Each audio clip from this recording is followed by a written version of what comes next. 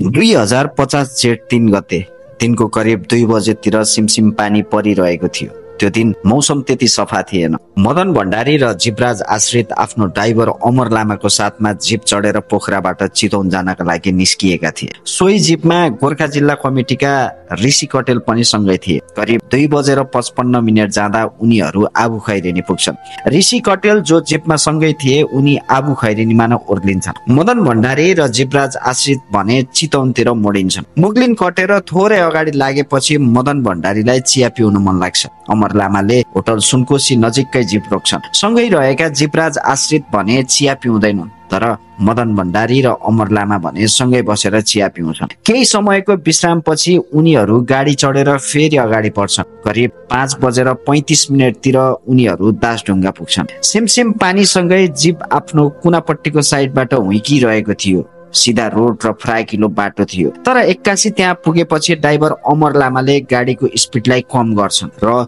गियरलाई 1 नम्बरमा राख्छन् र 4 व्हीललाई न्युट्रलमा ल्याउँछन्। न त गाडीमा ब्रेक लगाउँछन् न त गाडीलाई दुर्घटना हुन लागेको भनेर मदन भण्डारी र जीवराज आश्रितलाई खबर नै दिन्छन्। गाडीको स्टियरिङलाई दाहिने मोड्छन् र त्रिशुलीमा गाडी छोडिदिन्छन्। जीपसँगै मदन भण्डारी र जीवराज आश्रित भने पानीमा अलाप हुन्छन्। घटनापछि अमर लामा भने त्यहाँबाट चितवन जान्छन्। चितवन पुगेर पार्टी कार्यालयमा फोन गरी मदन भण्डारी र जीवराज आश्रित चढेको गाडी दासढुङ्गामा दुर्घटना भएको भनेर खबर दिन्छ। घटना हुनुभन्दा एक दिन अगाडि अर्थात् 2050 जेठ 2 गते कास्की जिल्ला सम्मेलनको उद्घाटन गर्न मदन भण्डारी र जीवराज आश्रित प्लेन चढेर पोखरा पुगेका थिए। पोखराको सम्मेलन सकाएर चितवन महिला कार्यकर्ता भेलालाई सम्बोधन गर्न जाने जेठ 4 गते उनीहरूको योजना थियो। तर 2 गते साँझ मदन भण्डारीलाई कसैको फोन आएको थियो। त्यसपछि उनीहरू पोखराबाट 3 गते नै निस्कने निर्णय गरेका थिए। उनीहरू पोखराको विमानस्थलमा उत्रिदा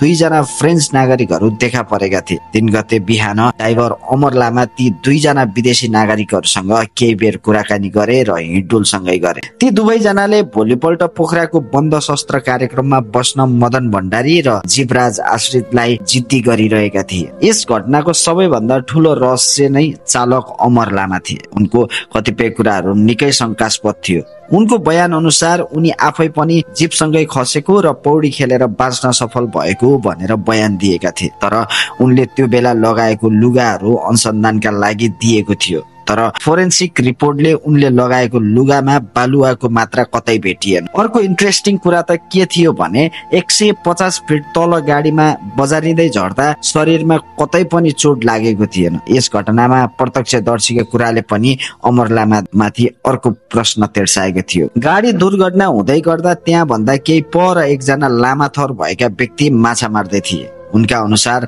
चालक अमर लामा गाडी छाडेर माथि सडकमा नै हाम फालेका थिए। तर पछि उनी तल नदीमा झरेर आफ्नो लुगालाई पानीले भिजाएर फेरि माथि गए र त्यहाँबाट चितवनतर्फ लागे। यस्तो बयान दिने प्रत्यक्षदर्शी कहाँ गए के भए उनको खोज तलास कहिल्यै भएन।